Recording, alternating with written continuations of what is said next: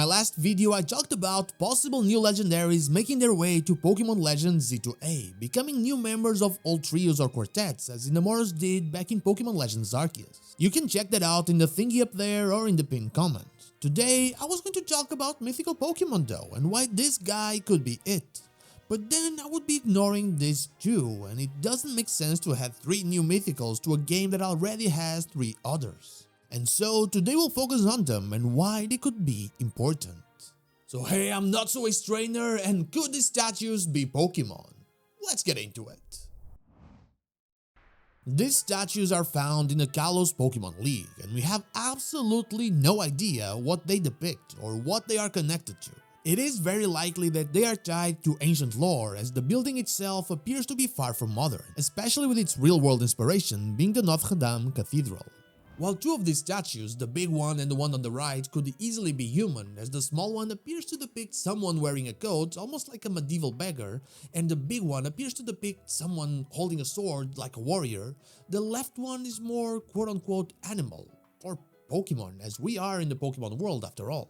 This could be just another unnamed Pokemon, something we've been seeing since the very early days of the franchise, but this one actually reminds me of something, hence why it was the reason I wanted to make a mythical video in the first place.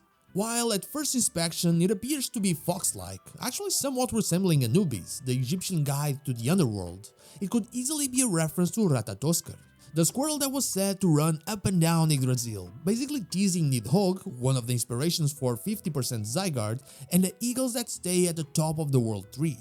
This would fit well with Kalos' strange inspiration on Norse mythology. But what about the other 2? Well, that's where things get pretty interesting. In my last video, I talked about how Kalos doesn't have any sub-legendary group. It is the only region that was ever robbed of those. But they could be changing that in Pokémon Legends ZA.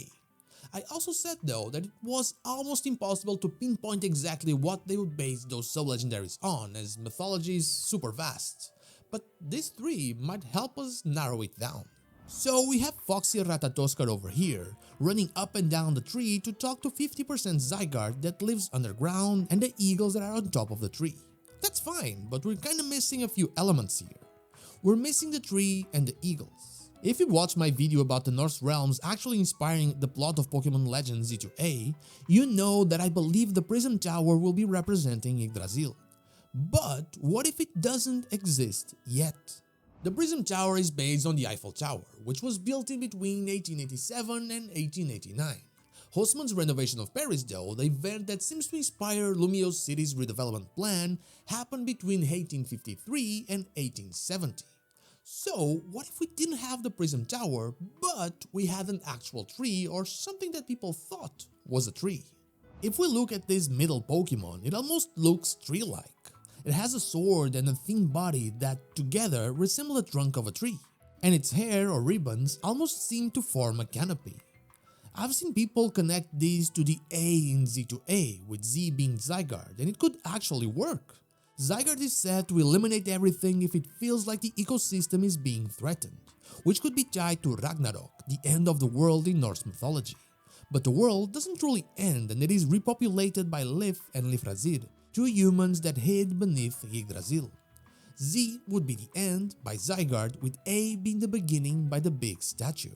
In Pokémon Legends ZA, this Pokémon could be at the center of Lumiose City, eventually giving life or preventing Zygarde from destroying everything, sacrificing itself in the process. The Prism Tower would then be built in its honor, with its history eventually being forgotten, as it seems to easily happen in the Pokémon world. But what about the 3rd figure on the right? Well, that one is a bit of a stretch, as if this thing isn't a stretch already. It looks like it is someone wearing a coat, but what if it is meant to represent the eagles that stand atop Yggdrasil? They could be condensed into one Pokemon, as they are always mentioned together, and the coat could be different colored feathers, meant to represent the 2 beings as this one. This would make for a pretty interesting trio of legendary Pokemon that could have all sacrificed themselves in order to save Lumiose City. The tree, the eagle that stands atop of it all, and the squirrel that runs up and down. It could also explain why Kalos doesn't have a sub-legendary group. It used to, but the events of the past eventually changed that.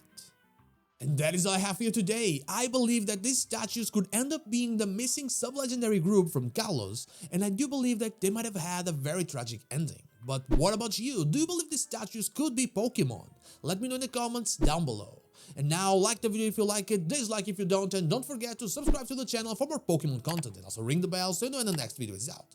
I also want to thank my Twitch viewer Negi for claiming the shoutout for this video. Thank you so much for all of your support. Also, you can become a channel member or check out my merch in order to further support the channel. I'd be forever thankful for that. You can check me out on social media or one of my streams here and on Twitch. All the links are in the description. Thank you so much for watching, and I'll see you all on the next one.